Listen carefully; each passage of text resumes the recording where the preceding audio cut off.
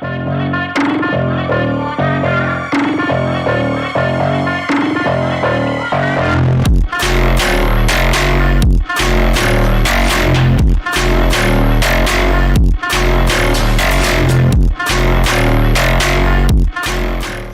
One, a world of speed, power, precision, and in this case, downfall. Winning constructors for 8 years in a row to single race wins a year. Legend Toto Wolff whining in team principal meeting. Lewis Hamilton planning to make a move. George Russell regretting his trip to Mercedes. Schumacher back on grid. Welcome to our channel, where we dive into the adrenaline-fueled madness of F1. Today's focus, the gargantuan fall of Mercedes, a team that previously seemed invincible. What made them so backwards? The Mercedes AMG Petronas F1 team once dominated the racing circuit with an iron-fisted grip. But what exactly led to their dramatic slide from the pinnacle? Mercedes F1, no stranger to the top step of the podium. Yet now, they seemingly can't reclaim that familiar spot. Let's chart their downward trajectory from their golden era to this sudden decline. After the last lap incident from Abu Dhabi, Lewis Hamilton has not been the same daredevil that he used to be. Was it really fair though for a 7-time world champion? Comment your thoughts down below. So what made them so backwards on the top step? Since the start of new regulations from 2022, Mercedes was the only team to introduce the car without side pods. Being multiple constructors champion, fans had no pressure that the team shall be back on top. But unfortunately, this unique design along with the complex floor made the car more fragile to crosswinds, along with the car bouncing tremendously. While Mercedes are well known for sandbagging, fans barely guessed them being a second slower than Ferrari and Red Bull. The team called for regulation changes in the coming races, claiming that the porpoising was dangerous, could lead to crashes, and might have unintended consequences on their drivers' health due to violent shaking in the cockpit.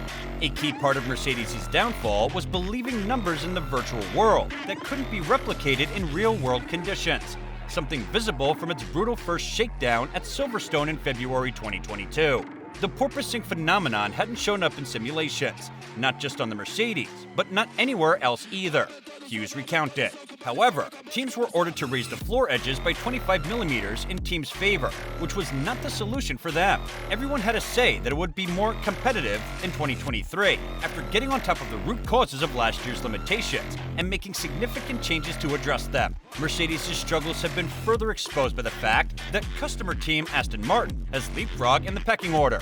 Two-time WDC Fernando Alonso has made the podium already 5 times this year. Thus, as Wolff said, they gained 2 seconds and a half year, and their car is half ours from the engine, gearbox, and the rear suspension. They use the same wind tunnel, so there are a lot of parallels. We just need to acknowledge that they've done an outstanding job. If it was mechanical or suspension, then Aston Martin should have it too. Recently, at the Austrian Grand Prix, Hamilton was handed a 5-second time penalty for track limits. In his own words, "I can't keep it on the track. The car won't turn. Which corner is it? This car is slow, mate." Change your fucking car. While this clip surfaces on the internet time and again, Toto Wolff and Christian Horner's relationship has always been giving us gossip.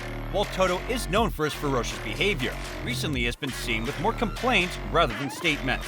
They've lost James Vowles, Andy Cowell, James Allison, about 15 engineers to Red Bull powertrains. Mercedes are definitely a team in transition. Being an investor and team principal at the same time, Toto is having quite a hard time there with almost 50 full-time personnel leaving the team in the span of a year. Will they be back next year, or are they already shifting their focus to 2026? What do you think about it? Recently on the Austrian Grand Prix, Toto had a moment with Lewis on radio, which is one of the rare sights in this composed relationship. Even sugar gets bitter if it's taken for a long period of time. Is that the case for the team at the moment? Wolff even hinted that Mercedes would be prepared to scrap their current car concept and potentially go down a new route. A remarkable U-turn. Toto Wolff said, "P2 or P3 fundamentally doesn't impact me and the team. It's about coming back and being able to win a world championship in that respect. That's not going to happen this year.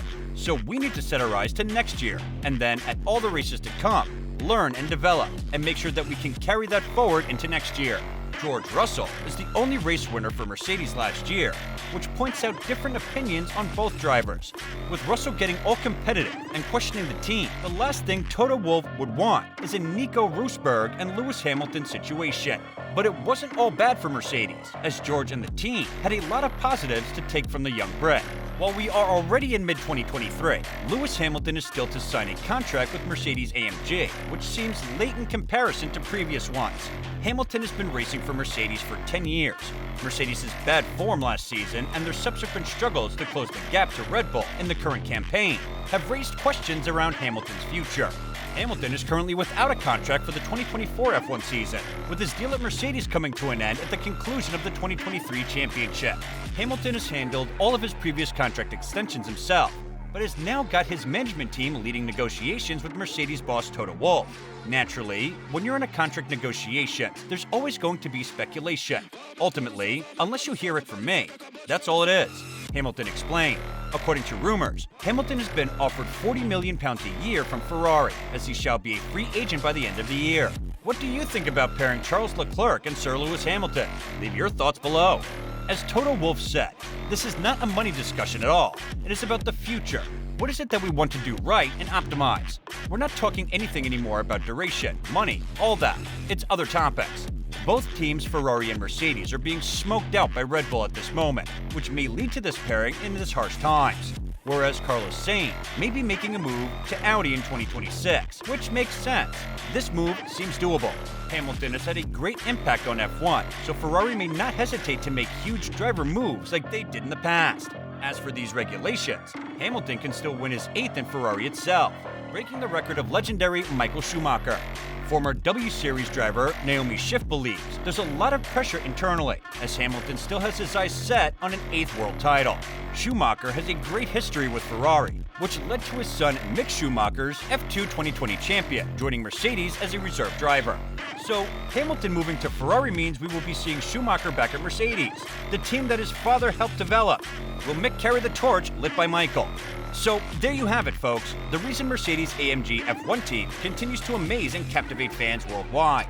Don't miss our recent video about cost cap exposed and Red Bull Racing secrets in the last video. Thank you for joining us on a high-speed journey. Don't forget to like and subscribe to our channel for more thrilling motorsports content. Until next time, stay hooked on the adrenaline rush that is Formula One.